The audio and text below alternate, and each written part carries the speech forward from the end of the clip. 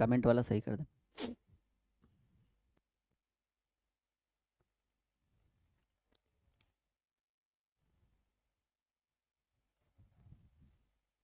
Ready? Hello my dear students, welcome to dream classes. और आज एक स्पेशल क्लास हम आपके लिए लेकर आए हैं। Special live, fully live class है और ये बेहतरीन आज की क्लास आप सबों के लिए होने वाली है। जल्दी जल्दी से हमारे साथ फटाफट कनेक्ट हो जाओ, जुड़ जाओ। और कैसे हैं आप सभी लोग? वेरी गुड इवनिंग सभी का। ड्रीम क्लासेस में स्वागत है, वेलकम है, हार्दिक अभिनंदन है। और बहुत ही, जी हाँ, बहुत ही स्पेशल क्लास हम आपके लिए लेकर आए हैं। तो बहुत सारे बच्चे, अंकिता, अभिषेक, कंगना, अविनाश, सभी लोग हमारे साथ जुड़ गए हैं। कैसे हैं आप सभी लोग? ड्रीम क्लासेस में आप सभी बच्चों का, सभी स्टूडेंट्स का हार्दिक अभिनंदन है, हार्दिक स्वागत है। मैं राहुल सर आप सभी का ड्रीम क्लासेस में तहे दिल से, जी हाँ, तहे दिल से हार्दिक अभिनंदन करता हूँ, स्वागत करता हूँ। कनेक्ट हो जाइए हमारे साथ, जुड़ जाइए आज के इस स्पेशल लाइव क्लास में। Are you ready? Are you ready guys? क्या आप तैयार हो हमारे इस स्पेशल क्लास के लिए? काफ़ी दिनों के बाद लाइव आया हूँ और काफ़ी स्पेशल क्लास हम आपके लिए लेकर आए हैं। एक बार फिर से हार्दिक अभिनंदन कर दूं मैं आप सभी का। फटाफट शेयर तो कर दो, फटाफट जल्दी जल्दी से। बहुत बढ़िया, वेरी गुड।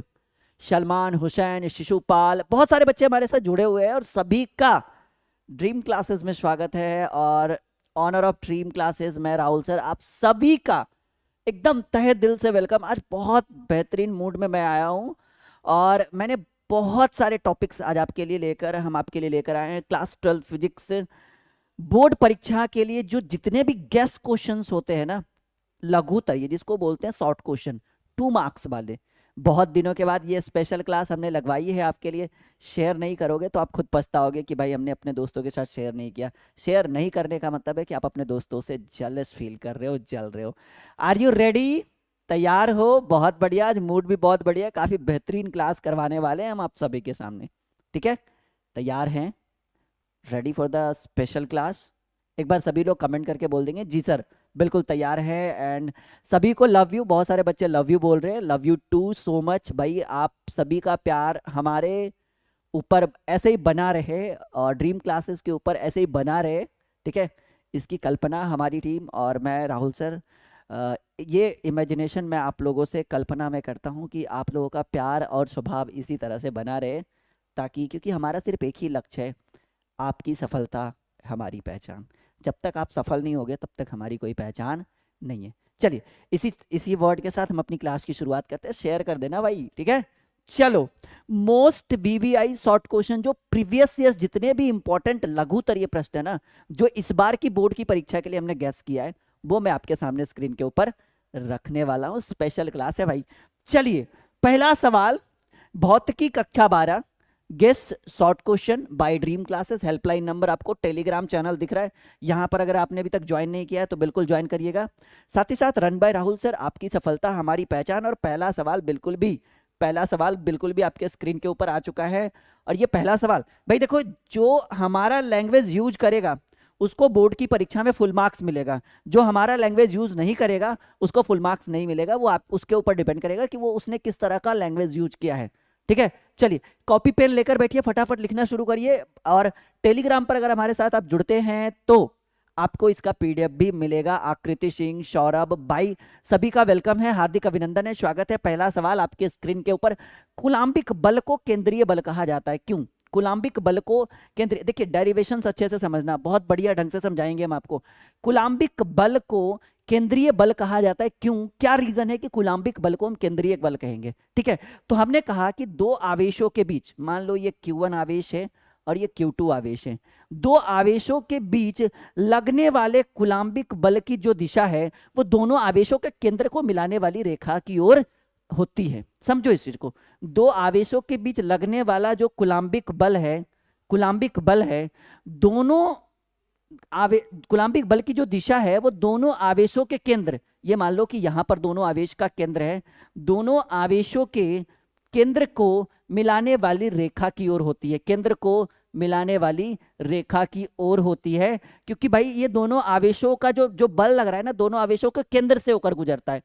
दो आवेशों के बीच लगने वाले कूलाम्बिक बल की जो दिशा है दोनों आवेशों के केंद्र को मिलाने वाली रेखा की ओर होती है। देखो ये केंद्र एक यहां हो गया, एक केंद्र यहां हो गया, तो ये मिलाने वाली रेखा एक इधर आ गया, एक मिलाने वाली रेखा आपको इधर आ गया, तो दोनों आवेशों के केंद्र को मिलाने वाली रेखा की ओर होती है। इसलिए हम सीधे सीधे कहेंगे बच्चा पार्टी कि कूलाम्बिक बल को जो है वो कौन सा बल कहा जाता है? केंद्रीय बल कहा जाता है। एक ऑब्जेक्टिव यहां से बन गया, प्रश्न बोर्ड की परीक्षा में पूछा जाएगा कि कूलाम्बिक बल को कौन सा बल कहेंगे, केंद्रीय बल कहेंगे। जो पढ़ने वाला स्टूडेंट है अपनी कॉपी में नोट करेगा, साथ ही साथ लाइव चैट में नीचे कमेंट बॉक्स में लिखिए। लिखने से चीजें रिवाइज होती है और चीजों को जितना घिसिएगा ना, घिस घिस के, ठीक है, घिसने से बहुत कुछ होता है भाई, आपको पता होना चाहिए। तो ये पहला सवाल बहुत बेहतरीन सवाल कि कूलाम्बिक बल को केंद्रीय बल कहा जाता है क्योंकि दोनों की मिलाने वाली रेखा जो होती है वो दोनों के केंद्र की ओर होती है, इस कारण से कूलाम्बिक बल को ठीक है, कूलाम्बिक बल को केंद्रीय बल कहा जाता है। ठीक है, हाँ से चलो भाई अगला सवाल दूसरा सवाल आपके स्क्रीन के ऊपर। बच्चे बड़ा मतलब अजीबोगरीब टाइप का लैंग्वेज यूज करते हैं, ऐसा नहीं करना है, पढ़ाई पे ध्यान दो। हाँ जी ये हो गया। चलो भाई कंगना सिंह ने कहा कि ये हो गया सर। चलो भाई कंगना अगला क्वेश्चन, आवेश के आयतन घनत्व, इसको हम रो कहते हैं जी, ठीक है, आवेश के आयतन घनत्व को रो से सूचित किया जाता है। ये जो सिंबल है, ये जो सिंबल है आपको आपके रो का सिंबल है, तो ये लैंग्वेज आप यूज करिए हमारा, ठीक है। चलो अंकिता अपने लाइव चैट में लिख रही है, इसी तरह से सभी बच्चे अपने लाइव चैट में लिखो।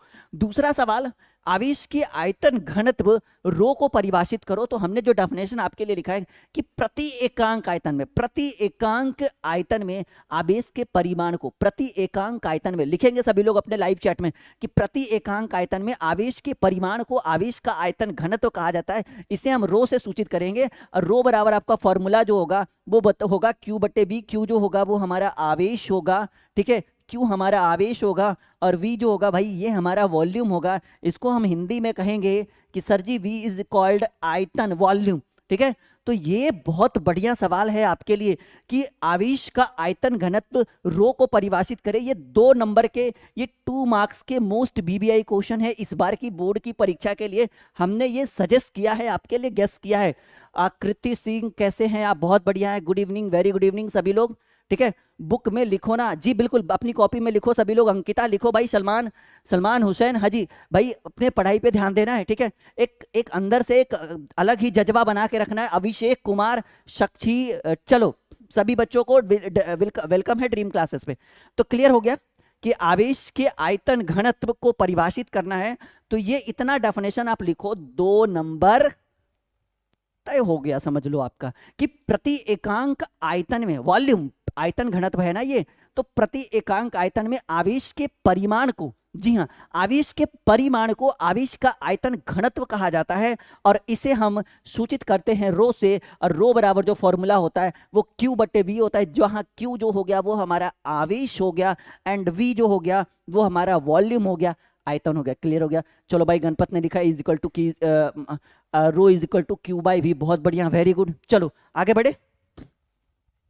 तीसरा सवाल, तीसरा जो मैं आपके स्क्रीन के ऊपर रखने वाला हूं, और ये बड़ा मजेदार सवाल है जी, जिसकी डिमांड मार्केट में काफी ज्यादा है कि सर विद्युतीय क्षेत्र अगर आपसे कोई पूछे what is electric field, what is अच्छा कोई बच्चा बताएगा जब आवेश रुका हुआ हो, तो आपको पता होना चाहिए ना कि आवेश जब रुका हुआ, when the charge is on rest, जब आवेश रुका हुआ हो तो आवेश हमें कौन सा क्षेत्र उत्पन्न करता है? विद्युतीय क्षेत्र उत्पन्न करता है। लेकिन एक चीज याद रखना कि जब आवेश गति में हो, आवेश गतिमान हो, आवेश में कंटिन्यू धारा प्रवाहित हो रही है, तो आवेश विद्युतीय क्षेत्र के साथ साथ चुंबकीय क्षेत्र भी उत्पन्न करता है। ऐसा हमने आपको फिजिक्स में पढ़ाया था। सर रोज क्लास चलता है क्या? नहीं भाई रोज तो नहीं, लेकिन कभी कभार बहुत बढ़िया बढ़िया क्लास हम लेकर आते हैं। तो याद रखना my dear student, when the charge is on rest, when the charge is on rest, जब आवेश रुका हुआ हो तो आवेश सिर्फ जो है वो इलेक्ट्रिक फील्ड उत्पन्न करता है, विद्युतीय क्षेत्र उत्पन्न करता है। जब आवेश स्थिर हो तो विद्युतीय क्षेत्र उत्पन्न करता है। लेकिन जब आवेश गतिमान हो, जब आवेश बह रहा हो, प्रवाहित हो रहा हो, तो आवेश जो है ठीक है।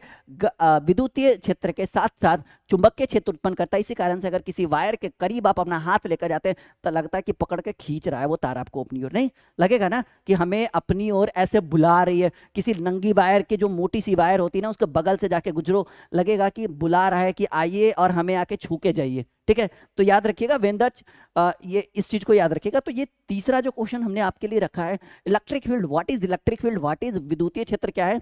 इलेक्ट्रिक फील्ड के बारे में अगर हम डिस्कस करें कि व्हाट इज इलेक्ट्रिक फील्ड, ठीक है, तो आइए इसके बारे में डिस्कस करते हैं कि किसी आवेश या आवेशों का समुदाय, समुदाय मतलब जहां पर बहुत सारे आवेश अपना जो है आकर्षण या प्रतिकर्षण बल का अनुभव कर रहे हैं। ठीक है, समुदाय मतलब बहुत सारे गुच्छा, एक बहुत सारा वायर होता है ना, 5-6 छोटे छोटे वायर जब आपस में सटे होते हैं, ये हमारा आवेश का समुदाय हो गया।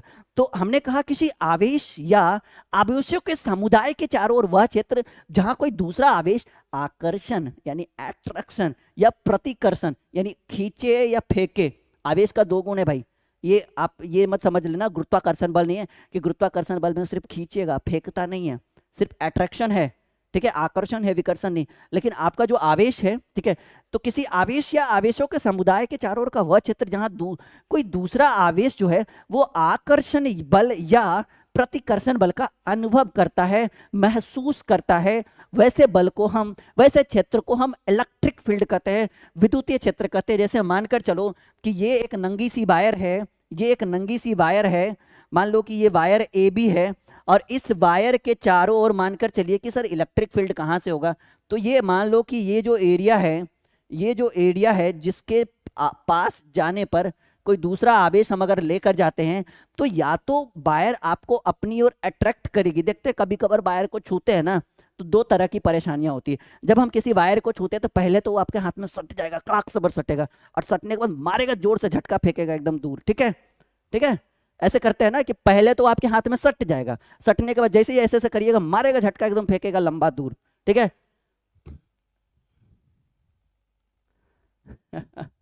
एक स्टूडेंट बोल रही है सर नंगी तार के पास गए हैं कभी क्या आप? भाई अगर ऐसा जाते तो फिर यहाँ पे नहीं रहते हम। ठीक है, चलो तो ये हो गया, ये जो क्षेत्र है ये हमारा इलेक्ट्रिक फील्ड है, विद्युतीय क्षेत्र है। क्लियर हो गया? यानी नंगी वायर के पास जब आप जाओगे तो या तो पकड़ेगा या तो मारेगा झटका एकदम दूर से। ठीक है, चलो तो ये हमारा हो गया इलेक्ट्रिक फील्ड, विद्युतीय क्षेत्र। चौथा सवाल, परीक्षण आवेश, what is test charge? This is a very important question of, ये मेरे तरफ से लिख लो भाई चखना। ठीक है, ये मेरे तरफ से ये एक बहुत ही स्पेशल क्वेश्चन है। व्हाट इज टेस्ट चार्ज, परीक्षण आवेश क्या है? व्हाट इज टेस्ट चार्ज, परीक्षण आवेश क्या है? तो हम कहेंगे कि परीक्षण आवेश जो होता है बहुत ही छोटा होता है। परीक्षण आवेश बहुत ही छोटा होता है और ये इतना छोटा होता है, देखो सीधे सीधे याद रखना, मैं आपको एक छोटा सा, ठीक है, मैं आपको एक छोटा सा बिना इसको देखे छोटा सा नॉर्मली बताता हूं कि परीक्षण आवेश टेस्ट चार्ज ये इतना छोटा होता है, ये इतना छोटा होता है कि इसको पकड़ के किसी इलेक्ट्रिक फील्ड में हम लेकर जाए। मानकर चलिए कि ये एक इलेक्ट्रिक फील्ड है, विद्युतीय क्षेत्र है। ठीक है, तो मानकर चलिए कि ये आपका टेस्ट चार्ज है, ये छोटा सा पिद्दी सा ये टेस्ट चार्ज है। ठीक है, तो ये जो टेस्ट चार्ज होता है परीक्षण आवेश जो हमारा टेस्ट चार्ज होता है ये इतना छोटा होता है, इतना छोटा होता है, इतना छोटा होता है, जैसे मानकर चलो ऐसा, जैसा कोई 5 साल का बच्चा आपको ऐसे ढकेल रहा हो, ऐसा धक्का दे रहा हो, क्या फर्क पड़ेगा भाई 5 साल के बच्चे से? 2 साल का बच्चा छोटा सा मम्मा मम्मा मम्मा करके आके ऐसे छोड़, तो समझिएगा ये पिद्दी सा होता है, छोटा सा बच्चा होता है ये परीक्षण आवेश, टेस्ट चार्ज। इसके बारे में हमने डेफिनेशन कहेंगे कि परीक्षण आवेश ये इतना छोटा होता है, इतना छोटा होता है, इतना छोटा होता है कि इसको अगर हम किसी विद्युतीय क्षेत्र के अंदर लेकर जाते हैं तो विद्युतीय क्षेत्र के परिमाण और दिशा में कोई परिवर्तन नहीं होता है। परीक्षण आवेश टेस्ट चार्ज ये इतना छोटा होता है, इतना छोटा होता है, इतना छोटा होता है कि अगर हम इसको पकड़ के किसी विद्युतीय क्षेत्र में इलेक्ट्रिक फील्ड में लेकर जाए तो इलेक्ट्रिक फील्ड की जो परिमाण है और उसकी दिशा है उसमें कोई परिवर्तन नहीं होता है।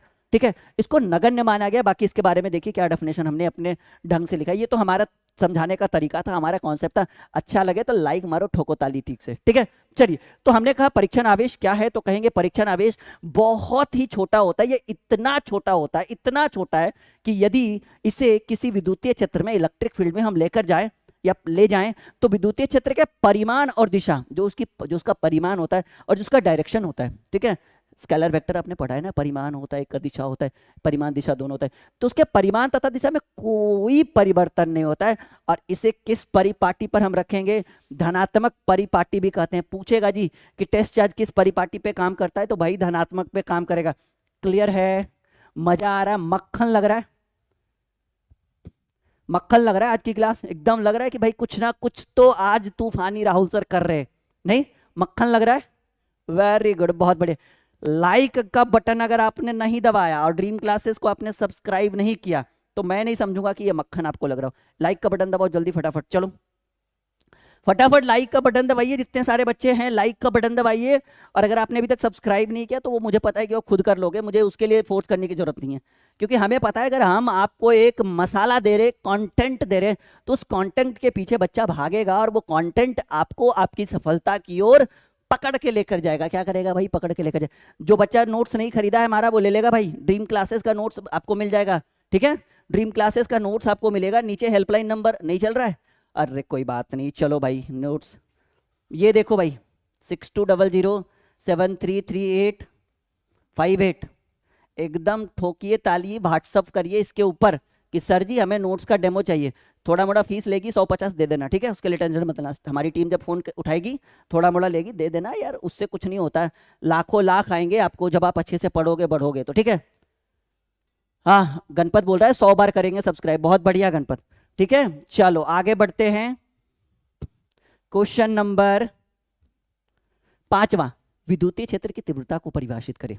पहले हमने पढ़ा इलेक्ट्रिक फील्ड, अब हम पढ़ रहे हैं इलेक्ट्रिक फील्ड की तीव्रता, विद्युतीय क्षेत्र की तीव्रता को परिभाषित करें। तो इसके बारे में देखो हमने क्या लिखा है, हमने क्या लिखा है। अरे थोड़ा सा भीड़ बढ़ाओ ना। आकृति सिंह, कैसे पता करे सर कि नहीं तार खींचता है या नहीं? अरे भाई कुछ बच्चे ऐसे हैं बड़ा खतरनाक खतरनाक कमेंट कर रहे हैं। एक आकृति सिंह है, गणपत, चलो कोई बात नहीं, पढ़ने पे ध्यान दो बाबू, बाद में देख लेंगे कैसे खींचता है कैसे नहीं खींचता, ठीक है? विद्युतीय क्षेत्र की तीव्रता को परिभाषित करें। इलेक्ट्रिक फील्ड का जो स्पीड सॉरी विद्युतीय क्षेत्र की जो तीव्रता है उसके ऊपर डिस्कस करते हैं। तो हमने कहा कि विद्युतीय क्षेत्र के किसी बिंदु पर, मानकर चलो कि ये हमारा जो फील्ड है ये हमारा इलेक्ट्रिक फील्ड है, इस इलेक्ट्रिक फील्ड के किसी भी बिंदु पर एट एनी पॉइंट, मान लो ये बिंदु है, विद्युतीय क्षेत्र के किसी बिंदु पर विद्युतीय क्षेत्र की तीव्रता उस बिंदु पर रखे गए एकांक धन आवेश या परीक्षण आवेश, उसको हम बोलते हैं टेस्ट चार्ज, पर लगने वाले विद्युतीय बल के बराबर। तो मतलब ये जो इसके ऊपर जो हमने सुना है ना अभी कि भाई टेस्ट चार्ज को लाएंगे तो टेस्ट चार्ज के परिमाण और दिशा में कोई परिवर्तन नहीं होगा। तो ये जो क्वेश्चन है कि विद्युतीय क्षेत्र की तीव्रता को परिभाषित करें, तो विद्युतीय क्षेत्र की तीव्रता के बारे में हमने कहा कि विद्युतीय क्षेत्र के किसी बिंदु पर विद्युतीय क्षेत्र की तीव्रता उस बिंदु पर रखे गए एकांक धन आवेश या परीक्षण आवेश यानी टेस्ट चार्ज पर लगने वाले विद्युतीय बल, ठीक है, के बराबर होता है। क्लियर है सर? 2022 का सिलेबस बताया वो कंफर्म? हाँ भाई 90% कंफर्म रखो, 10% तो भाई इंसान को, भगवान को इंसान पे भरोसा नहीं होता है, ठीक है? इंसान को भगवान पे ही भरोसा नहीं होता, हम पे क्या करना, लेकिन 90% कंफर्म रखो कि जो मैंने सिलेबस की वीडियो बनाई है वो बिल्कुल 90% सही होगा। क्योंकि मैंने जब भी कुछ नया चीज़ लेकर आया ना हम आपके लिए, देखो हम फालतू चीज़ों पर डिस्कस नहीं करते, एकदम क्लियर आंखों में आंखें डाल के बात करते हैं, फालतू चीज़ों पर डिस्कस नहीं करते। मैंने सिलेबस बना दिया, 90% उम्मीद रखो, 10% भगवान के ऊपर छोड़ दो, आप उसी सिलेबस के अकॉर्डिंग पढ़ो, ठीक है? बस क्लियर है एकदम। लाइक का बटन तो दबाओ कम से कम, कौन सा दुश्मनी हो रखा है मुझसे तुम लोगों का? फटाफट दबाओ, फटाफट दबाओ फटाफट, तब क्लास आगे बढ़ेगी। जल्दी जल्दी, 2-4-500 बच्चे लाइक नहीं करेंगे तो फिर क्या फायदा भाई। चलो अगला सवाल, ठीक है? और जो बच्चे अनलाइक वाले हैं वो भाई छोड़ के चले जाओ, कोई दिक्कत नहीं है, ठीक है? पढ़ने वाले ही हमारे साथ बैठते हैं, हमारे साथ जो हमारे जो फैन फॉलोअर्स है ना वो रहेंगे हमारे साथ, ठीक है? उन्हीं के ऊपर हम आश्रित है। What is charge? हेलो, कहेंगे सर झनका दिया तो हो गया चार्ज, नहीं इसमें करंट आ गया, इट कॉल्ड चार्ज। भाई ऐसा नहीं होता है, इसका एक सटीक डेफिनेशन लिखना होता है। 2 नंबर का सवाल है, इज्जत का सवाल है, 2 नंबर चल गया तो हो जाओगे डिस्चार्ज, ठीक है? सर आप पर पूरा भरोसा है, बहुत बढ़िया। सोनम कुमारी पांडे जी, पांडे जी बहुत बढ़िया, थैंक यू, ठीक है? चलो व्हाट इज चार्ज, आवेश क्या है, परिभाषित करें। हमने कहा, अब ये मत बोल देना कि सर इसमें धारा प्रवाहित हो गया तो ये हो गया चार्ज, वैसा नहीं, थोड़ा सा पढ़ लीजिए इसको अच्छे से, थोड़ा जो है ना क्लियरिटी के साथ। व्हाट इज चार्ज, तो हमने कहा, अरे भाई क्या हो रहा है ये, हमने कहा कि आवेश किसी पदार्थ का वह गुण है, आवेश किसी पदार्थ का वह गुण है जिसके कारण वह विद्युतीय क्षेत्र उत्पन्न करता है। जब तक आवेश नहीं आएगा, पॉइंट टू बी नोटेड, चाहे वो आवेश रुका हुआ हो या गतिमान हो, जब भी किसी चीज से धारा प्रवाहित होती है तो वो विद्युतीय क्षेत्र उत्पन्न करता है। You can you can understand, आप जानते हो कि जब भी हम किसी वायर से धारा प्रवाहित करें, चाहे वो धारा रुका हुआ हो, स्थिर हो, चार्ज ऑन रेस्ट हो या गतिशील हो, विद्युतीय क्षेत्र तो उत्पन्न करेगा। लेकिन जैसे ही धारा गतिमान हो जाएगा, विद्युतीय के साथ साथ चुंबकीय क्षेत्र भी उत्पन्न करेगा। तो हमने कहा कि व्हाट इज चार्ज, आवेश क्या है? तो आवेश किसी पदार्थ का वह गुण है जिसके कारण आवेश जो है विद्युतीय क्षेत्र को उत्पन्न करता है तथा अनुभव भी कर सकता है। ठीक है, आवेश कहलाता है। हालांकि सिर्फ विद्युतीय क्षेत्र होना चाहिए, चुंबकीय भी होगा, लेकिन आवेश जब गति करेगा तब चुंबकीय क्षेत्र काम करेगा। ठीक है, तो हमने कहा कि व्हाट इज चार्ज, आवेश क्या है, परिभाषित करें तो आवेश किसी पदार्थ का वह गुण है जिसके कारण वह विद्युतीय क्षेत्र को उत्पन्न करता है तथा अनुभव भी करता है, आवेश कहलाता है, इट कॉल्ड चार्ज। ठीक है, चलो छठा सवाल हो गया। नेक्स्ट क्वेश्चन पे आते हैं। सातवां सवाल आपके फोन के स्क्रीन के ऊपर इस तरह से, कूलम्ब के नियम लिख लो भाई। गेस फॉर बोर्ड एग्जाम, इस बार की बोर्ड परीक्षा के लिए लिख लो, हमने कर दिया है बिगुल बजा दिया इस क्वेश्चन के लिए। इस क्वेश्चन के लिए हमने बिगुल बजा दिया कि लिख लो, कह दो जाकर सबसे कि ये आएगा, राहुल सर ने कहा है। कह दो जाकर सबसे कि ये आएगा, राहुल सर ने ऐलान किया है। ठीक है, चलो भाई, कह दोगे ना आप लोग? लिख लेना, कोई नहीं काटेगा। 95% हर इस पे मैंने डन कर दिया है। कूलाम के नियमों को लिखे। ये 2 नंबर के भी पूछता है, 5 नंबर का भी पूछता है। फिलहाल जो आपके स्क्रीन के ऊपर है ये 2 नंबर के लिए मैंने रखा है, 5 नंबर के लिए नहीं रखा है। तो कूलाम के 2 नियम है भाई। पहला नियम कि समान आवेशों में प्रतिकर्षण और असमान आवेशों में आकर्षण। जो कंडीशन चार्ज का बनता है वही कंडीशन हमारे मैग्नेट का बनता है, चुंबक का भी बनता है, कि चुंबक के समान ध्रुवों में प्रतिकर्षण, समान ध्रुवों में प्रतिकर्षण, और आज नहीं बोल रहे हैं कि चुंबक के असमान ध्रुवों में आकर्षण और समान ध्रुवों में प्रतिकर्षण। यानी प्लस प्लस को अगर लेके जाएंगे तो ऐसे फेंकेगा दूर, और प्लस माइनस को लेके जाएंगे तो ऐसे सट जाएगा। ठीक है, तो सिंपल सी बात याद रखो कि कूलम के 2 नियमों को कूलम साहब ने 2 नियमों को प्रतिपादित किया। पहला, कूलम साहब ने कहा कि समान आवेशों में प्रतिकर्षण, मतलब ऐसे फेंकते एक दूसरे को, तथा असमान आवेशों में आकर्षण। ये मैग्नेट वाला रूल, ठीक है, सबको पता है, चुंबक वाला। दूसरा देखो भाई, 2 आवेशों के बीच लगने वाले आकर्षण या प्रतिकर्षण बल का परिमाण जो है वो दोनों आवेशों के परिमाण के गुणनफल का समानुपाती तथा दोनों आवेशों के बीच की दूरी के वर्ग के व्युत्क्रमानुपाती होता है।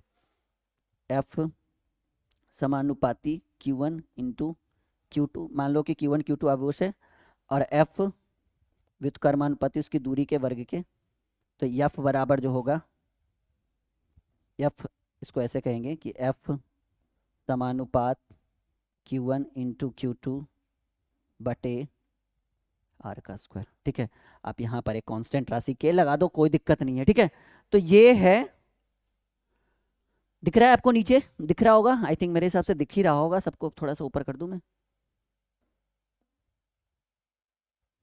चलो दिख रहा है ये आपको? हाँ जी, दिख रहा होगा। तो ये था कूलाम के नियम, और कूलाम साहब ने 2 नियम दिया है। ये मैं इस बार की बोर्ड परीक्षा के लिए बच्चों को गैस करके दे रहा हूँ ये क्वेश्चन, कि लिख लो, कोई नहीं काटेगा, 90% लिख लो। ठीक है, 10% तो मैंने बोला कि भगवान पे भी भरोसा नहीं करना चाहिए, हम लोग तो इंसान है भाई, हम पे क्यों करोगे आप लोग भरोसा। तो हमने कहा कि कूलम साहब ने 2 नियम दिया है। पहले नियम के, थोड़ा शेयर और करो, थोड़ा और भीड़ होना चाहिए। आज भीड़ नहीं रहेगा तो मजा नहीं आएगा, मैं नाराज हो जाऊंगा आप लोगों से, मैं एकदम क्लियर बोल रहा हूँ। आप चाहते हो कि हमारे चेहरे पे एक प्यारी सी स्माइल आ जाए, क्योंकि मैं बहुत दिनों के बाद क्लासेस ले रहा हूँ इधर, 2-3 दिन से तबियत काफ़ी खराब होने की वजह से मेरी क्लासेस काफ़ी टाइम से रुकी थी। ठीक है, आप चाहते हो कि हमारे चेहरे पे एक प्यारी सी स्माइल हो, तो उसके लिए आपको वीडियो शेयर करना होगा अभी फटाक से, जल्दी। ठीक है, जल्दी फटाफट शेयर करो। तो हमने कहा कि समान आवेशों में प्रतिकर्षण तथा असमान आवेशों में आकर्षण होता है।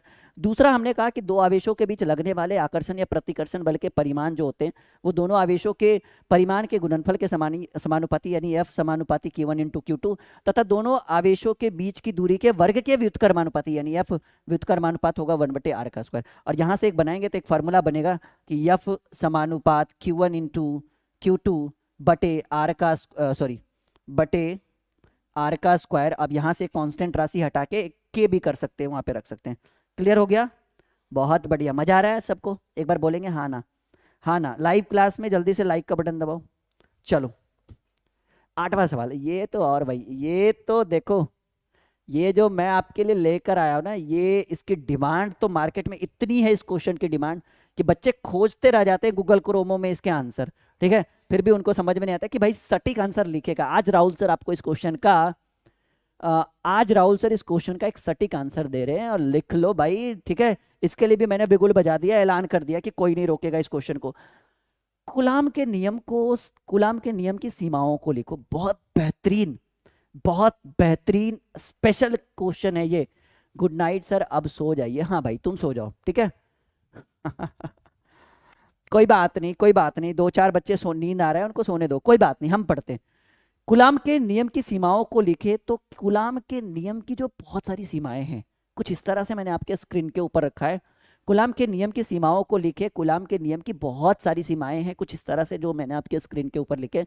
और ये अगर आप अपने बोर्ड की परीक्षा में लिखते हो तो लिख लो कागज पे कि एकदम बिल्कुल फुल टू फुल मार्क्स आपको बोर्ड के एग्जाम में आएंगे। कहा गया है कि कूलम के नियम की बहुत सारी सीमाएं हैं। पहला कि कूलाम का नियम जो होता है ना, बिंदु आवेश के लिए मान्य है। लिख लो, ये बहुत इंपॉर्टेंट है, ऑब्जेक्टिव काम आएगा। लिख लो, ये 1 नंबर का ऑब्जेक्टिव भी काम आएगा कि कूलाम का नियम जो है केवल बिंदु आवेशों के लिए मान्य है। लिख लो, ठीक है। कूलाम का नियम बिंदु आवेशों के लिए मान्य है। भाई 2022 में एकदम टॉपर बनना है तो इस नंबर पे तुरंत व्हाट्सअप कॉल करिए और तुरंत अपना पीडीएफ परचेज करिए 2022 के लिए। लाइव क्लास भी ज्वाइन कर सकते हैं, क्रैश कोर्स अभी चल रहा है, ठीक है, इस नंबर पे।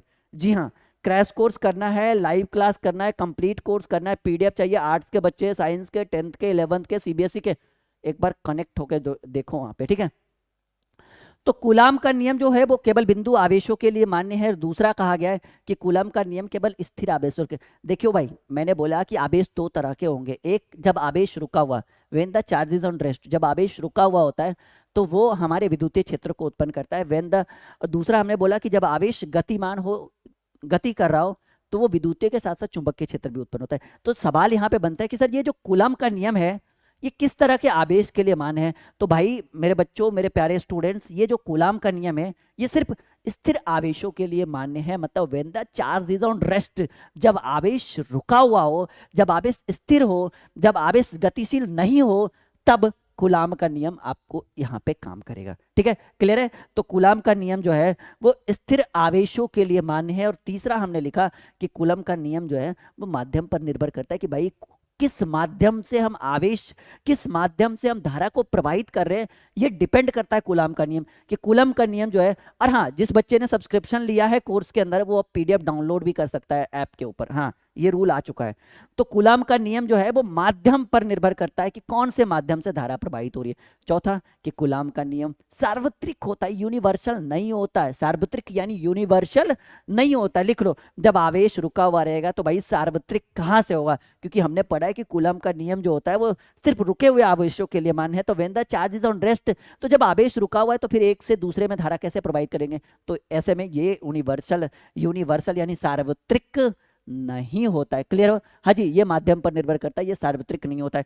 कहा गया है कि अगर दो आवेशों के बीच की दूरी 10 पर पावर -15 मीटर हो, दो आवेशों की बीच की दूरी 10 पर पावर -15 मीटर से कम हो, दो आवेश, मान लो कि ये Q1 है और ये Q2 है, इन दोनों की बीच की दूरी जो है वो 10 टू दी पावर -15 मीटर से कम हो, तो कूलाम का नियम जो है अपनी वैधता खो देता है। ये ऑब्जेक्टिव में 1 मार्क्स का क्वेश्चन पूछा था, पिछले साल मैंने इसको देखा था कि कूलाम का नियम जो है वो कब अपनी मान्यता खो देता है, कितने, दोनों दो आवेशों के बीच की दूरी कितनी होनी चाहिए मिनिमम, ताकि उससे कम होगा तो कूलम का नियम जो है अपनी वैधता, अपनी जो वैल्यू है, अपना जो रेपुटेशन है वो खो देता है। तो सर जी ये करेक्ट आंसर है।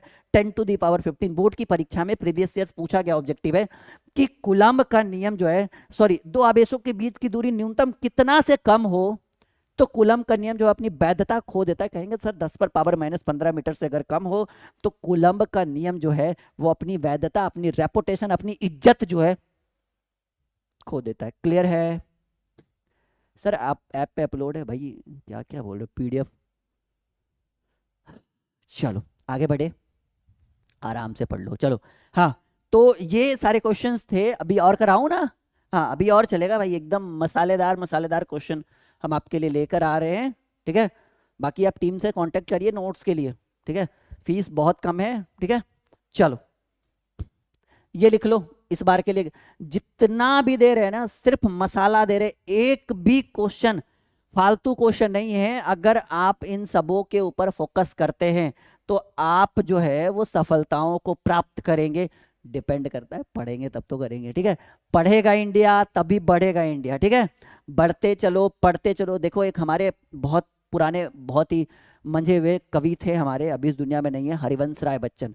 उन्होंने कहा कि लहरों से डरकर नौका पार नहीं होती, लहरों से डरकर नौका पार नहीं होती, कोशिश करने वालों की कभी हार नहीं होती। लहरों से डरकर नौका पार नहीं होती, कोशिश करने वालों की कभी हार नहीं होती, बिना कुछ किए जय जयकार नहीं होती, कोशिश करने वालों की कभी हार नहीं होती। और इन्होंने कहा था कि डुबकिया सिंध में गोताखोर लगाता है, जा जा कर वापस खाली हाथ आता है, मिलते नहीं सहजी मोती गहरे पानी में, ठीक है। और भी बहुत सारी ऐसी बातें कही थी कि नन्ही चींटी जब दाना लेकर चढ़ती है, चढ़ती दीवारों पे 100 बार फिसलती है, मन का विश्वास रगों में साहस बढ़ता है, चढ़कर गिरना गिरकर चढ़ना ना अखरता है, यूं ही नहीं। और बहुत सारी चीजें कही, मेरे तो ध्यान में भी नहीं है, ठीक है। इन्होंने कहा था कि आ, बहुत सारी बातें हैं, थोड़ा सा हाँ बहुत इंजॉय आ रहा है सर। अच्छा युतिश प्रिया, बहुत बढ़िया। चलो तो इस तरह से हरिवंश राय बच्चन साहब ने कहा था। हमारा तो एक ही कहना है कि बढ़ते चलो पढ़ते चलो सफलताओं को प्राप्त करते चलो। मंजिल यूं ही नहीं मिलती राही को, मंजिल यूं ही नहीं मिलती राही को, दिल में जुनून सा जगाना पड़ता है। मंजिल यूं ही नहीं मिलती राही को, दिल में जुनून सा जगाना पड़ता है। और पूछा गया चिड़ियों से कि घोंसला आपने कैसे बनाया। मंजिल यूं ही नहीं मिलती राही को, दिल में जुनून सा जगाना पड़ता है। और पूछा गया चिड़ियों से कि बताइए आपने घोंसला कैसे बनाया, तो चिड़ियों ने कहा कि तिनका तिनका जो है ना वो जुटाना पड़ता है। नहीं यानी बिना मेहनत के कुछ नहीं होता है भाई। चलो जस्ट अ सेकेंड, ठीक है। चलो भाई, तो ये क्वेश्चन नंबर 9 आपके स्क्रीन के ऊपर है। दो विद्युत क्षेत्र रेखा एक दूसरे को प्रतिच्छेद नहीं करती, क्यों? ये प्रीवियस ईयर्स काफी बार पूछा गया है, फिर भी मैंने आपके स्क्रीन के ऊपर रखा काफी बार।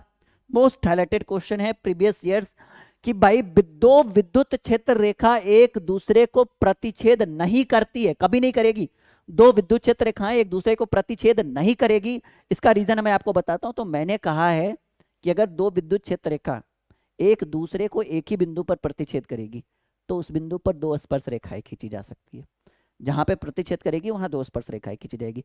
और हम लोग जानते हैं कि विद्युत क्षेत्र रेखा के किसी भी बिंदु पर खींची गई स्पर्श रेखा जो है उस बिंदु पर विद्युतीय क्षेत्र की दिशा को बताएगा। और विद्युतीय क्षेत्र की दो दिशाएं हो जाए, फिजिक्स में ऐसा पॉसिबल नहीं है। फिजिक्स में तो हमने कहा कि विद्युत किसी भी बिंदु पर खींची गई स्पर्श रेखा उस बिंदु पर विद्युतीय क्षेत्र की दिशा को बतलाता है। इस प्रकार तो उस बिंदु पर विद्युत क्षेत्र की दो दिशा होगी जो भौतिक रूप से संभव नहीं है, इसलिए विद्युत क्षेत्र रेखाएं एक दूसरे को प्रतिच्छेद नहीं। देखो हमने कहा अगर दो आवेश, थोड़ा सा मैं इसको पतला लूं, हाँ हमने कहा कि दो विद्युत क्षेत्र रेखाएं एक दूसरे को प्रतिच्छेद नहीं कर। देखिए एक विद्युत क्षेत्र रेखा मान लीजिए कि इधर से इधर आई, ठीक है। एक विद्युत क्षेत्र रेखा मान लीजिए कि ये ऐसे गई कमन, ठीक है। तो दो विद्युत क्षेत्र रेखा एक दूसरे को एक ही बिंदु पर प्रतिच्छेद करेगी। मान लीजिए कि ये यहां पर इसको प्रतिच्छेद कर दी, यहां पर इसको काट दी, ठीक है। तो यहां पर प्रतिच्छेद करेगी तो उस बिंदु पर दो स्पर्श रेखाएं, ये एक स्पर्श रेखा ये हो गया, ये स्पर्श रेखा, ठीक है, ये स्पर्श रेखा, ठीक है। और एक स्पर्श रेखा ये एक इधर आ गया स्पर्श रेखा और ये एक इधर स्पर्श रेखा, ठीक है। तो दो स्पर्श रेखाएं खींची गई। और हमें पता है और हम जानते हैं कि विद्युत क्षेत्र रेखा के किसी बिंदु पर खींची गई स्पर्श रेखा जो है उस बिंदु पर विद्युतीय क्षेत्र की दिशा को, ये इधर इलेक्ट्रिक फील्ड एक और ये इधर भी एक इलेक्ट्रिक फील्ड। तो दो विद्युत क्षेत्र रेखाएं, दो स्पर्श रेखाएं जो है वो दोनों विद्युत क्षेत्र की दिशा को बतलाएगा। और इस प्रकार उस बिंदु पर विद्युत क्षेत्र की दो दिशाएं, हमें पता है कि फिजिक्स में विद्युत क्षेत्र की दो दिशाएं कभी पॉसिबल नहीं है, एक इधर हो जाएगा एक ऐसे, पॉसिबल कभी नहीं है। तो इस कारण से भौतिक रूप से यह चीज संभव नहीं है कि विद्युत क्षेत्र रेखाएं एक दूसरे को एक ही बिंदु पर प्रतिच्छेद कर दे, यानी ये प्रतिच्छेद नहीं करती है। क्लियर है भाई? हाँ लहरों से डरकर नौका पार नहीं होती, रूही यादव ने कहा कि लहरों से डरकर नौका पार नहीं होती एंड कोशिश करने वालों की कभी हार नहीं होती। बहुत बढ़िया रूही। ठीक है, तो कुछ इस तरह से बातें कही गई है। ये नवा सवाल आपके स्क्रीन के ऊपर था। मुझे पता है कि ये एक स्पेशल क्लास है आपके लिए हमारे ड्रीम क्लासेस की तरफ से, और हमें पता है कि इस क्लास को देखने के बाद आपके अंदर एक नया जुनून आएगा। अपने जितने भी मित्र सहपाठी लोग हैं सबको पकड़ पकड़ के आप यहाँ लाओगे। हमें पता है, मुझे बोलने की जरूरत नहीं है। नहीं कहिएगा सर आपने बोल तो दिया, ये तो मुझे फुसला रहे हो आप अंदर अंदर। नहीं, बहुत चालाक इंसान हो आप। तो ये मेहनत है भाई, ये मेहनत है। ठीक है, आंखों में देखो एक अलग ही जुनून आपको दिखेगा हमारी आंखों में मेहनत का। ये मेहनत का रंग है। ठीक है, जो सर चढ़ के बोल रहा है। इसीलिए मैं बोलता हूँ कि लहरों से डरकर नौका पार नहीं होती, कोशिश करने वालों की कभी हार नहीं होती। कोशिश करे, आपकी भी हार कभी नहीं होगी। ठीक है। क्वांटाइजेशन ऑफ चार्ज, आवेश का क्वांटमीकरण, एक बेहतरीन सवाल, एक मस्त खतरनाक क्वेश्चन, बहुत बार पूछा गया। What is quantization of charge? ठीक है, कि भाई आवेश का क्वांटमीकरण क्या है? आवेश का परिमाण इलेक्ट्रॉन का पूर्णांकीय गुणज होता है, इंटीग्रल मल्टीपल होता है, इसे आवेश का क्वांटमीकरण कहा जाता है। ये इतना छोटा सा पिद्दी सा क्वेश्चन है, छोटा सा मैंने सवाल बताया। मे बी ये एग्जाम में नहीं आए, लेकिन आ जाए तो कोई टेंशन नहीं है, करना है। ठीक है, तो ड्रीम क्लासेस का ऐप इंस्टॉल कर लीजिएगा। आप सभी से नम्र निवेदन है, वीडियो के डिस्क्रिप्शन में लिंक है। आप हमारे साथ टेलीग्राम पे फॉलो कर लीजिए, वहाँ पे क्यूज मैं करवा रहा हूँ। क्विज, ये दोनों चीज़ बिल्कुल फ्री में। ऐप इंस्टॉल करना फ्री है, टेलीग्राम पे जुड़ना फ्री है। नीचे हमारे डिस्क्रिप्शन में हमारा फेसबुक पेज है, बिल्कुल जुड़िए, फ्री है। ठीक है, तो ये तीनों चीज़ बिल्कुल फ्री है, जुड़िए टेलीग्राम पे। सबका लिंक वीडियो के डिस्क्रिप्शन में, नीचे आप डिस्क्रिप्शन चेक करिए, सबका लिंक मिलेगा। आवेश का क्वांटमीकरण क्या है? क्वांटाइजेशन ऑफ चार्ज, तो आवेश का परिमाण इलेक्ट्रॉन का पूर्णांकीय गुणज इंटीग्रल मल्टीपल होता है, और इसे आवेश का क्वांटमीकरण कहा जाता है, क्वांटाइजेशन ऑफ चार्ज कहता है। और क्वांटाइजेशन ऑफ चार्ज के लिए एक फॉर्मूला होता है, Q is equal two plus minus NE, जहां Q जो हो गया ये हमारा हो गया आवेश। ठीक है, Q हमारा हो गया आवेश, जैसा कि मैंने आपको यहाँ पर लिखा है, और N जो है वो इलेक्ट्रॉन की संख्या, नंबर ऑफ, ठीक है, नंबर ऑफ इलेक्ट्रॉन्स। ठीक है भाई, नंबर ऑफ इलेक्ट्रॉन्स। और ठीक है, ये इस तरह से क्लियर है सभी को? चलिए, तो ये एक बेहतरीन क्लास आज हम यहीं पे खत्म करते हैं, काफी टाइम हो गया, और आई होप कि ये अच्छा लगा होगा। अगर आपने अभी तक लाइक नहीं किया तो लाइक कर देंगे एंड शेयर कर देंगे आप सभी लोग। ठीक है, क्लियर है? ठीक है, जिसको पीडीएफ चाहिए भाई, देखो अभी जिसको ब्लॉक होना है वो हमें बोल दें, हम कर देंगे ब्लॉक आपको, फिर आप दोबारा ड्रीम क्लासेस पर चाहकर भी नहीं आ पाओगे। ठीक है,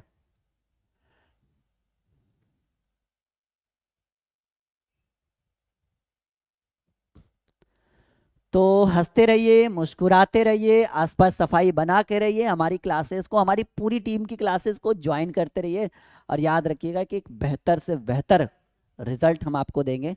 और नेक्स्ट क्लास के लिए इंतजार करिए, क्योंकि हमारी क्लासेस के लिए थोड़ा तो इंतजार करना पड़ेगा आपको। ठीक है, okay, bye bye, take care, good night, sweet dream, and best of luck पर BSEB and all board exam. ऐसे जरूरी नहीं, BSEB सभी बोर्ड की परीक्षाओं के लिए आप सभी को बेस्ट ऑफ लक। इस बार आप बहुत बेहतर से बेहतर रिजल्ट लाएं। Okay, good night, sweet dream, take care.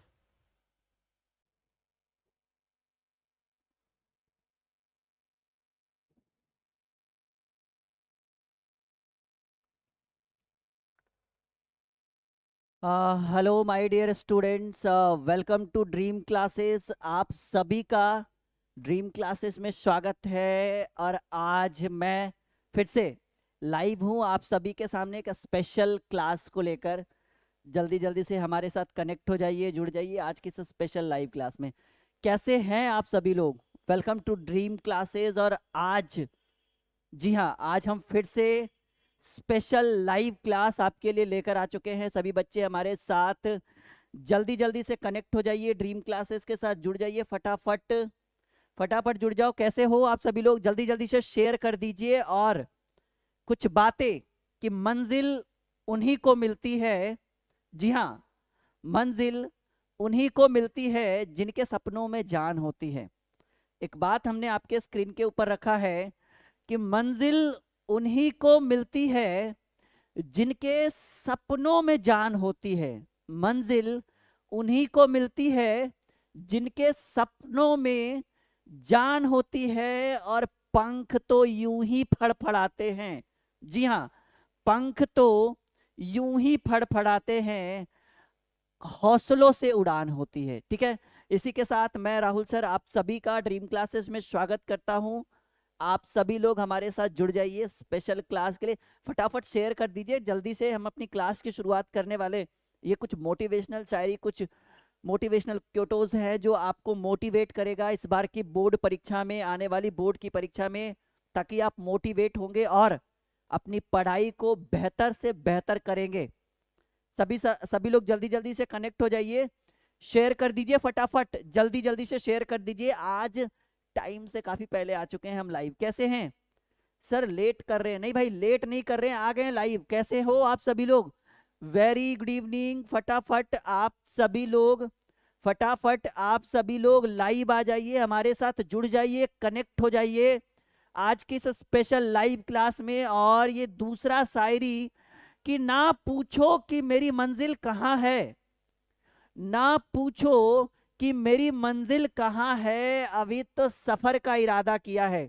जी हाँ, ना पूछो कि मेरी मंजिल कहाँ है, अभी तो सफर का इरादा किया है, ना हारूंगा हौसला उम्र भर। जी हाँ, ना हारूंगा हौसला उम्र भर, ये मैंने किसी से नहीं, ये मैंने किसी से नहीं, खुद से वादा किया है। ठीक है बच्चों, ना हारूंगा हौसला उम्र भर, ये मैंने किसी और से नहीं, अपने आप से, खुद से ये वादा किया है। ठीक है, और सॉरी, कहा गया है कि मुश्किल इस दुनिया में कुछ भी नहीं है।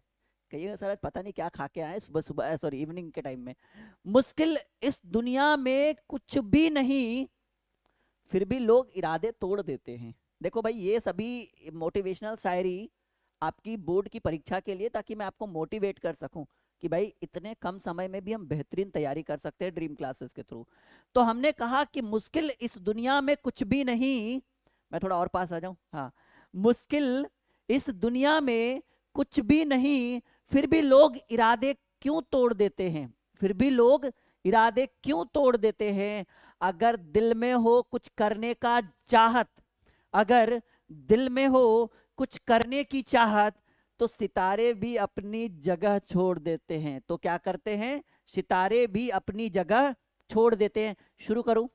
चलो, तो आज की क्लास की शुरुआत हम करने वाले हैं। एक बार फिर से आप सभी लोग शेयर कर दीजिएगा। और ये 11वां सवाल, ये दूसरा क्लास है महत्वपूर्ण लघु उत्तरीय प्रश्नों का, ये दूसरा सीरीज, जिसमें हम क्वेश्चन नंबर 11 को आपके स्क्रीन के ऊपर लेकर आए हैं। सभी लोग फटाफट जल्दी जल्दी से शुरू हो जाइए, कनेक्ट हो जाइए, हमारे साथ जुड़ जाइए।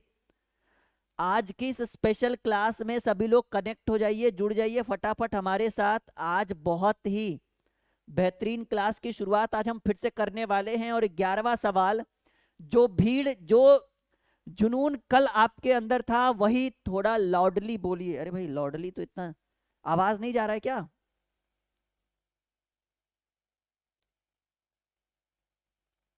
अच्छा एक बार बताएंगे आवाज जा रहा है या नहीं जा रहा है बढ़िया से एकदम?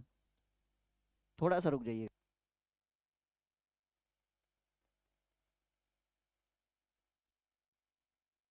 आवाज तो बिल्कुल बढ़िया है जी। चलिए, आवाज में कोई दिक्कत नहीं है। और ये क्लास की शुरुआत करते हैं।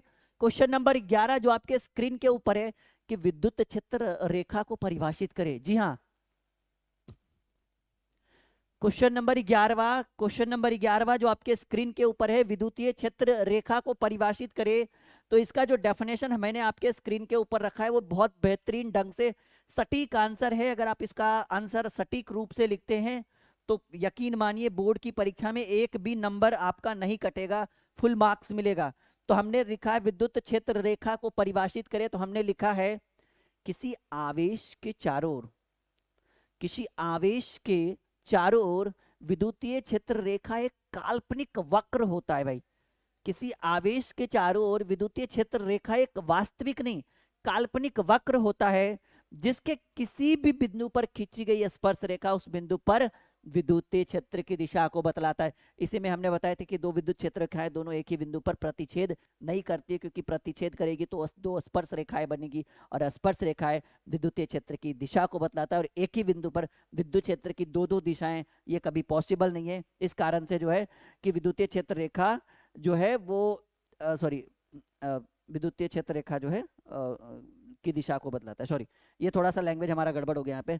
तो क्वेश्चन हमने क्या कहा कि विद्युतीय क्षेत्र रेखा को परिभाषित करें, तो हमने कहा किसी आवेश के चारों ओर, मान लीजिए कि ये हमारा Q1 और Q2 आवेश है, ठीक है, ये Q1 Q2 आवेश है, इस आवेश के चारों ओर मानकर चलिए ये जो एरिया है, ये एक विद्युतीय क्षेत्र रेखा एक काल्पनिक वक्र होता है जिसके किसी भी बिंदु पर खींची गई स्पर्श रेखाएं जो है वो विद्युत क्षेत्र की दिशा को बतलाता है। ठीक है, चलो बहुत बढ़िया, वेरी गुड। क्वेश्चन नंबर 11 हमारा हो गया। सभी लोग जल्दी जल्दी से कनेक्ट हो जाइए, जुड़ जाइए कल की तरह बिल्कुल। ठीक है, हो गया। चलो अगला क्वेश्चन आपके स्क्रीन के ऊपर रखे, देखो प्रॉपर्टीज ऑफ चार्ज। ये इस बार की बोर्ड की परीक्षा के लिए हम गेस करते हैं इस क्वेश्चन को, क्योंकि ये प्रीवियस ईयर्स काफी बार बोर्ड की परीक्षा में पूछा जा चुका है जी। प्रॉपर्टीज ऑफ चार्ज, आवेश के गुणों को लिखे, और इस बार की बोर्ड परीक्षा के लिए हम इसको क्या करते हैं, गेस करते हैं जी। क्या करते हैं भाई, इस बार की बोर्ड परीक्षा के लिए हम इसको गेस करते हैं प्रॉपर्टीज ऑफ चार्ज। ठीक है, guess for board exam, guess question for board exam. और क्वेश्चन बहुत बढ़िया है कि आवेश के गुणों को लिखे, प्रॉपर्टीज ऑफ चार्ज, आवेश के गुणों को लिखे। तो देखिए आवेश के गुण कुछ इस तरह से हमने आपके स्क्रीन के ऊपर रखा है कि आवेश धनात्मक और ऋणात्मक दोनों होता है। पता है कि एक पर धनावेश होता है, एक पर ऋणावेश होता है। तो हम जो है लिखेंगे कि आवेश हमारा जो होता है भाई वो धनात्मक और ऋणात्मक दोनों होता है। सभी लोग अपनी कॉपी में लिखें, ठीक है, कि आवेश जो है वो धनात्मक और ऋणात्मक दोनों होता है। दूसरा हमने कहा कि आवेश एक सदिश राशि, आपने 11th में फर्स्ट चैप्टर में पढ़ा होगा यूनिट एंड डायमेंशन, दूसरे चैप्टर में आपने पढ़ा होगा स्केलर एंड वेक्टर, अदिश और सदिश। तो यहाँ पर पूछा जाता है कि एक सदिश होता है, एक अदिश होता है, एक का सिर्फ परिमाण होता है, एक का परिमाण और दिशा दोनों होता है।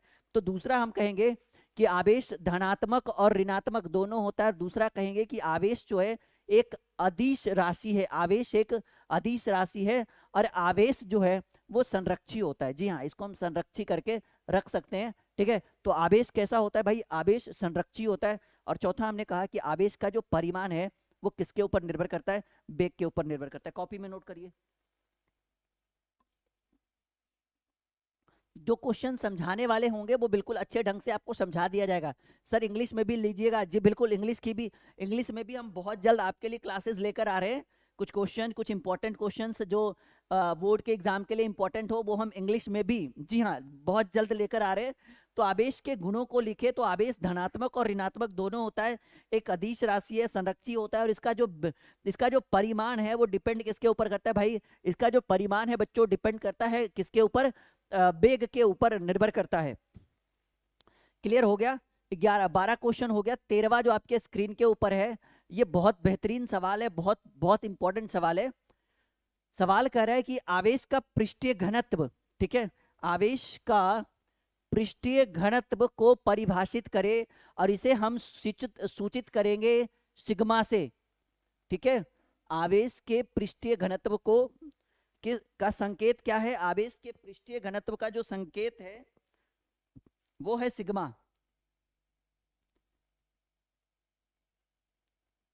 चलो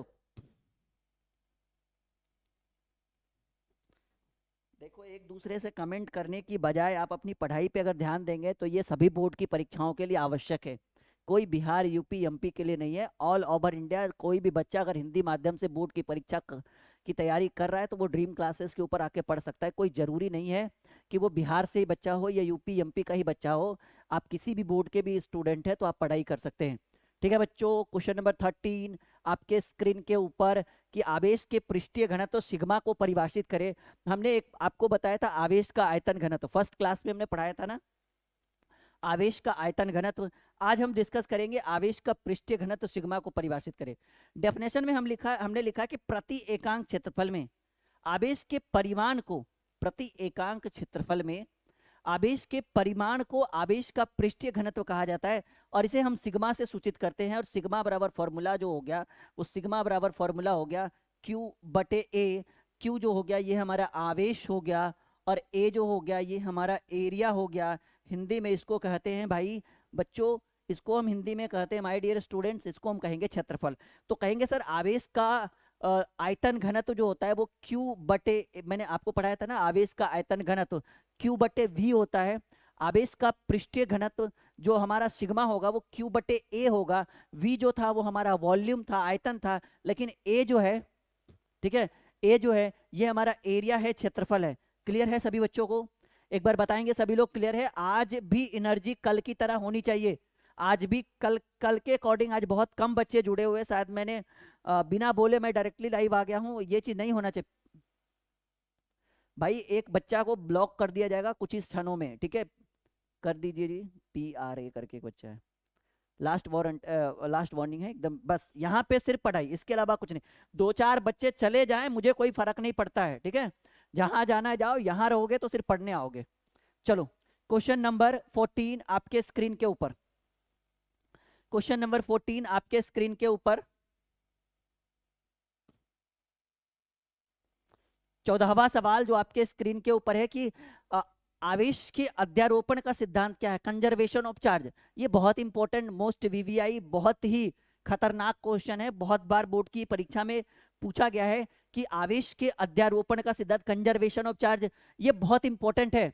सर टेलीग्राम पर PDF कहाँ दिए हैं? टेलीग्राम पर PDF डलवा देंगे, टेंशन मत लो। पहले मैं जो पढ़ा रहा हूँ वो पढ़ो,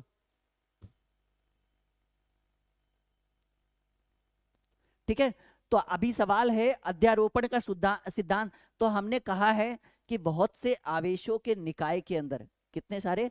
बहुत सारे, F1 F2 F3, ये इस तरह का एक फॉर्मूला हम यहाँ पर बनाएंगे कि बहुत से आवेशों के निकाय के अंदर किसी एक आवेश पर अन्य सभी आवेशों के कारण लगने वाले विद्युतीय बलों के परिमाण जो होते हैं वो सभी आवेशों के कारण स्वतंत्र रूप से लगने वाले विद्युतीय बल के सदिश योग के बराबर होता है, और इसे ही हम अध्यारोपण का सिद्धांत कहते हैं। ये मोस्ट VVI है, इस बार की बोर्ड परीक्षा के लिए बहुत मायने रखता है ये क्वेश्चन जी।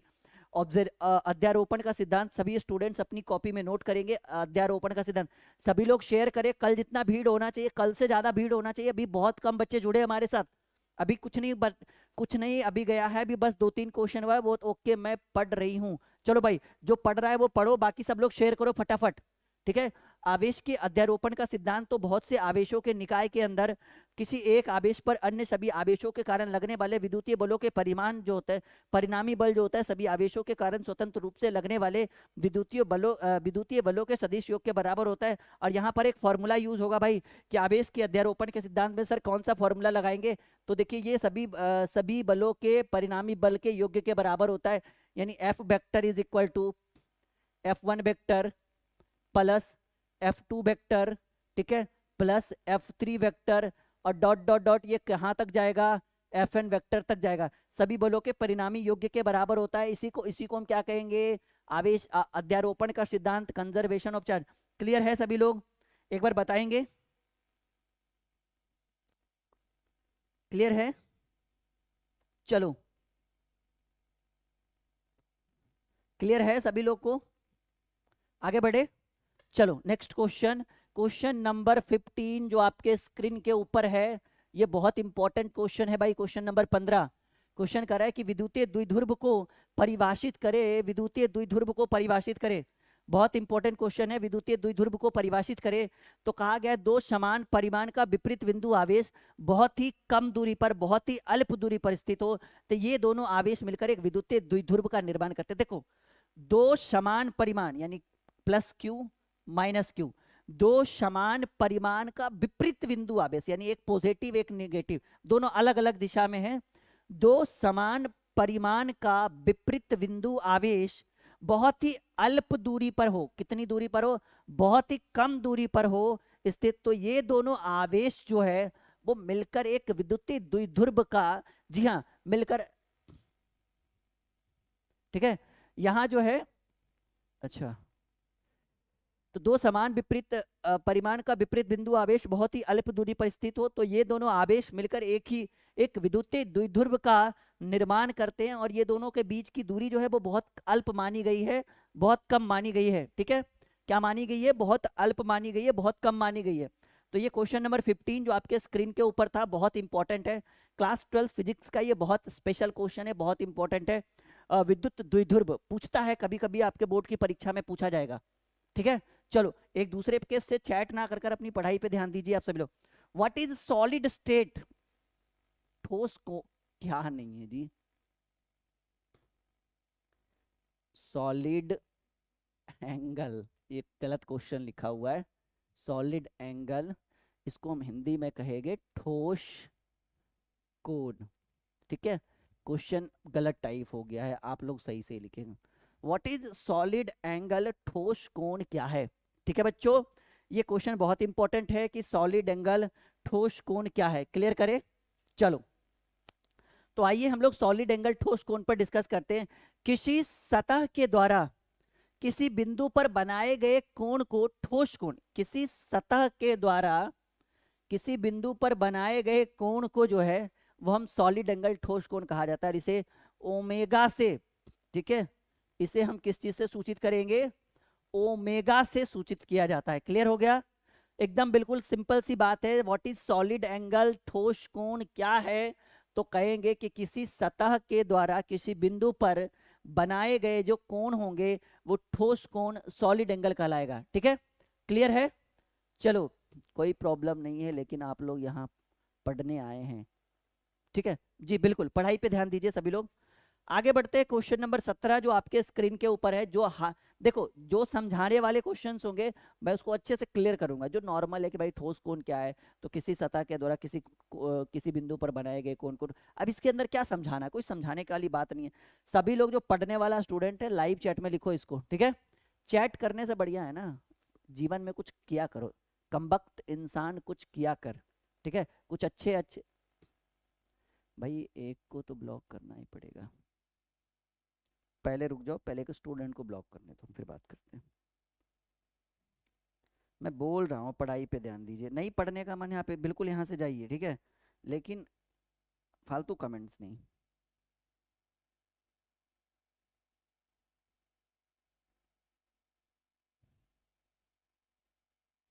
चलिए ठीक है,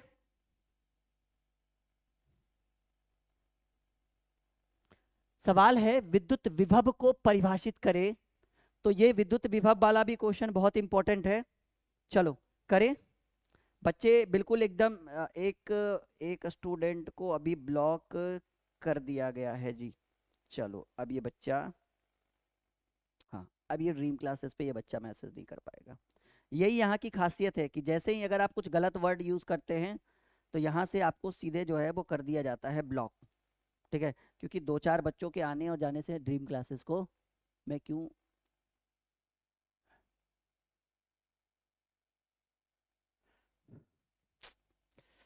क्वेश्चन नंबर 17 पर डिस्कस करते हैं, विद्युतीय विभव को परिभाषित करें। तो कहा गया है कि विद्युतीय क्षेत्र के किसी बिंदु पर एकांक धनावेश को अनंत से उस बिंदु तक, जी हाँ, एकांक धनावेश को सवाल है कि विद्युतीय विभव को परिभाषित करें।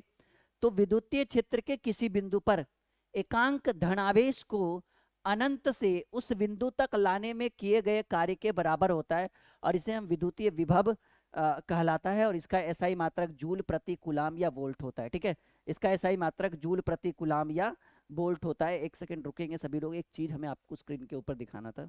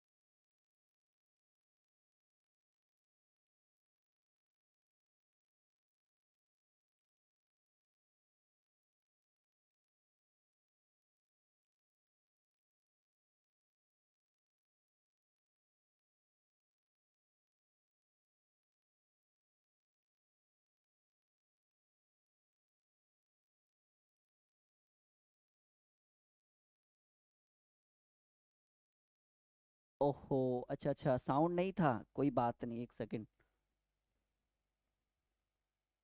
रुकिए रुकिएगा, साउंड बीच में गायब हो गया होगा। नहीं, मेरा ये कहना था कि ये जो कोर्स है, ये क्लास 12th फिजिक्स के सभी विषयों के 6 विषयों के नोट्स का ये कंप्लीट कोर्स है, जो ड्रीम क्लासेस के लर्निंग ऐप के ऊपर है। आप इसका सब्सक्रिप्शन ले सकते हैं, इसके ऊपर ऑफर चल रहा है। ठीक है, ये बहुत बेहतरीन है, ड्रीम क्लासेस के लर्निंग ऐप के ऊपर स्टोरेज का प्रॉब्लम है। नहीं, अब तो जा रहा होगा। ठीक है, तो विद्युतीय विभव के, अब तो दिक्कत नहीं हो है वॉइस का। हाँ, मुझे पता है, अभी जा रहा होगा। तो हमने कहा कि विद्युतीय विभव को परिभाषित करे, तो ये बहुत इंपॉर्टेंट क्वेश्चन था, क्वेश्चन नंबर 17। चलो, ये बीच में पता नहीं वॉइस ऑटोमेटिकली मैंने म्यूट कर दिया था और वो कंटिन्यू म्यूट ही रह गया। कोई बात नहीं, वो 10 से 12 मुश्किल से 1 मिनट आपको डिस्टर्ब कर रहा होगा, ज्यादा कुछ नहीं। ठीक है, तो क्वेश्चन नंबर 18, द्विध्रुव आघूर्ण क्या है? तो किसी विद्युतीय द्विध्रुव का विद्युतीय द्विध्रुव आघूर्ण दोनों आवेशों में से किसी एक आवेश का परिमाण तथा दोनों आवेशों के बीच की दूरी के गुणनफल के बराबर है, और इसे हम पी वेक्टर से सूचित करते हैं। ये सटीक सटीक एग्जाम्पल है, सटीक डेफिनेशन है आपके लिए। विद्युत द्विध्रुव आघूर्ण क्या है? तो किसी विद्युतीय द्विध्रुव का विद्युतीय द्विध्रुव आघूर्ण दोनों आवेशों में से किसी एक आवेश का परिमाण तो तथा दोनों आवेशों के बीच की दूरी के गुणनफल के बराबर है। ये मैंने आपको पढ़ाया भी था ये टॉपिक, नहीं?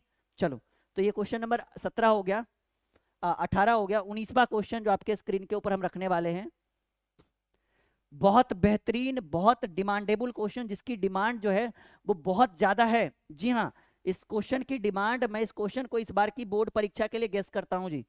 ठीक है, डिमांड है तभी गेस कर रहा हूं, वरना ऐसे कि कोई फालतू में कौन गेस करता है ऐसे क्वेश्चन को।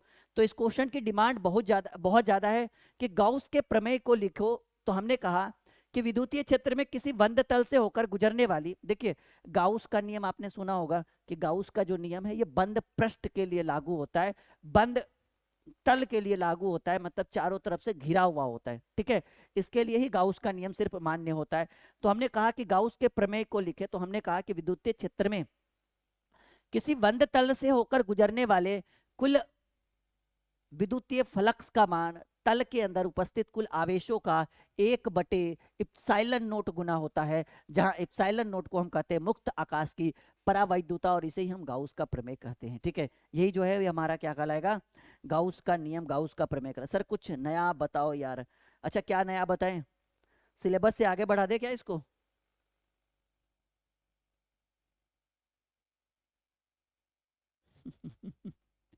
चलो, क्वेश्चन नंबर 19 हो गया। ये गाउस का नियम बहुत इंपॉर्टेंट था, प्रश्न पूछेगा। विद्युतीय बल, ठीक है, विद्युतीय बल इलेक्ट्रिक फोर्स क्या है? तो कहा गया है कि जब किसी आवेश को किसी विद्युतीय क्षेत्र में रखा जाता है, तो विद्युतीय क्षेत्र के द्वारा आवेश के ऊपर एक बल लगता है, एक फोर्स लगता है, एक धक्का लगता है। ठीक है, देखो समझो इस चीज को कि जब किसी आवेश को किसी विद्युतीय क्षेत्र के क्षेत्र में रखा जाता है, जब किसी आवेश को किसी विद्युतीय क्षेत्र में रखा जाता है, तो विद्युतीय क्षेत्र के द्वारा आवेश के ऊपर एक बल लगता है, जिसे विद्युतीय बल इलेक्ट्रिक फोर्स कहा जाता है। ठीक है, बहुत बढ़िया, गणपत ने इस चीज को लिखा है, ये सब बताया हुआ है, मुझे पता है ये सब आपका बताया हुआ, क्योंकि आपने क्रैश कोर्स ज्वाइन कर रखा होगा। बट उनके आज कल जो है वो आपका क्रैश कोर्स होगा, मतलब लाइव, उसके अंदर काफी इंपॉर्टेंट चीजों को हम डिस्कस करेंगे। तो आज की क्लास जो है हम यहीं पे रहने देते हैं, 20 क्वेश्चन ये आपके लिए काफ़ी है। दिक्कत ये हुआ कि मैं आधा घंटा पहले लाइव आ गया, हालांकि मुझे अभी लाइव आना चाहिए था 8 o'clock, नहीं। और आप लोग टेलीग्राम पे जुड़िए, आप लोग टेलीग्राम पे जुड़िए, और टेलीग्राम के ऊपर क्विज हम लोग बहुत जल्द शुरू कर रहे हैं। ठीक है भाई, पप्पू कुमार ऐसे बच्चों की कमी है ड्रीम क्लासेस में, लाया करो भाई तो अभी 20 क्वेश्चंस हो गया। और बिल्कुल मैं फिर से एडवर्टाइजमेंट करना चाहूंगा, एडवर्टाइजमेंट का एकदम खुल के मैं बोल रहा हूं कि ये कोर्स अगर आपने अभी तक इसका सब्सक्रिप्शन नहीं लिया है तो बिल्कुल भी मत सोचिए। ये जो कोर्स आपको स्क्रीन के ऊपर शो कर रहा है, ये एक बेहतरीन कोर्स है भाई। ये जो आपको स्क्रीन के ऊपर शो कर रहा है, ये बोर्ड परीक्षा 2022 के लिए सभी विषयों का पूरा नोट्स है। अभी इसके अंदर हमने काफी सारे नोट्स डाल दिए हैं, लेकिन दिन ब दिन इसके अंदर नोट्स की वृद्धि होगी। मतलब हमने इसके ऊपर कंप्लीट तैयारी, और इसको पढ़ के मैं एकदम दावे के साथ कह सकता हूं 80 to 90% मार्क्स जो है वो बच्चा ला सकता है। और साथ ही साथ अगर आप सब्सक्रिप्शन लीजिएगा तो डाउनलोड का ऑप्शन ऑटोमेटिकली आ जाएगा। अभी आप जाइएगा ना ऐप के ऊपर, तो डाउनलोड का कहीं कोई ऑप्शन नहीं दिया हुआ है, लेकिन याद रखिएगा कि जैसे ही आप सब्सक्रिप्शन लीजिएगा, आप इसका फीस जो है वो डायरेक्टली नीचे बाई नाउ करके दे सकते हैं। अगर आपको लगे कि नहीं हम ड्रीम क्लासेस के थ्रू पे कर दे, तो आप हमारी टीम से बात करिए। हमारी टीम का जो हेल्पलाइन नंबर है वो कुछ इस तरह से है, मैं कहाँ पे लिख दूँ हेल्पलाइन नंबर, हाँ यहाँ लिख देता हूँ। तो आप हमारी टीम से बात करिए, बोलिए सर हमें वो जो कोर्स है आपके सभी विषयों का, इसमें क्लास 12th के सभी 6 विषय, फिजिक्स, केमिस्ट्री, बायो, मैथ, ठीक है, फिजिक्स, केमिस्ट्री, बायो, मैथ और हिंदी और इंग्लिश, इन सबों के objective, short, long, book solution, previous years, model set, ये जो पीडीएफ जो आप स्क्रीन के ऊपर देख रहे हो, ये सब कुछ मिलेगा। और आप, ठीक है, आप इसको डाउनलोड भी कर सकते हैं इस कोर्स के थ्रू। जी, आप इसको डाउनलोड भी कर सकते हैं इस कोर्स के अंदर जो नोट्स है, ठीक है, आप डाउनलोड भी कर सकते हैं बहुत आसानी ढंग से अपने फोन पे। 2-3 फ्रेंड अगर मिल के भी चाहे तो खरीद सकते हैं, एक दूसरे के साथ फोन पे शेयर कर सकते हैं, ठीक है।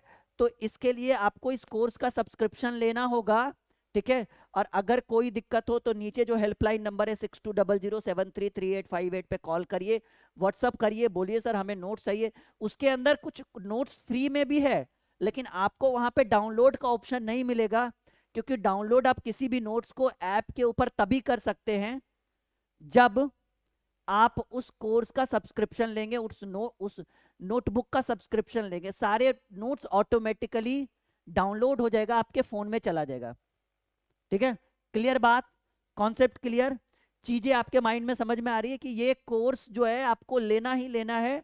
अगर आप इस बार 80 से 90% का इरादा बना रखे हो, 2-3 फ्रेंड मिलकर ले लो ना, अगर दिक्कत है तो डाउनलोड कर सकते हो। मैंने क्लियर बोला एक लाइन में, आप हमारे नोट्स को डाउनलोड कर सकते हैं, ठीक है। जैसे ही सब्सक्रिप्शन लीजिएगा, इस तरह का एक सिंबल बन जाएगा डाउनलोड का, उस पर क्लिक करिए, नोट्स को डाउनलोड करिए, व्हाट्सएप पर, फेसबुक पर मंगाइए, कोई दिक्कत नहीं है, ठीक है। चलिए, तो आज की क्लास हम यहीं पे रहने देते हैं। आई होप कि बिल्कुल समझ में आ गया होगा सभी को कि क्या करना है आगे चल के। Bye bye.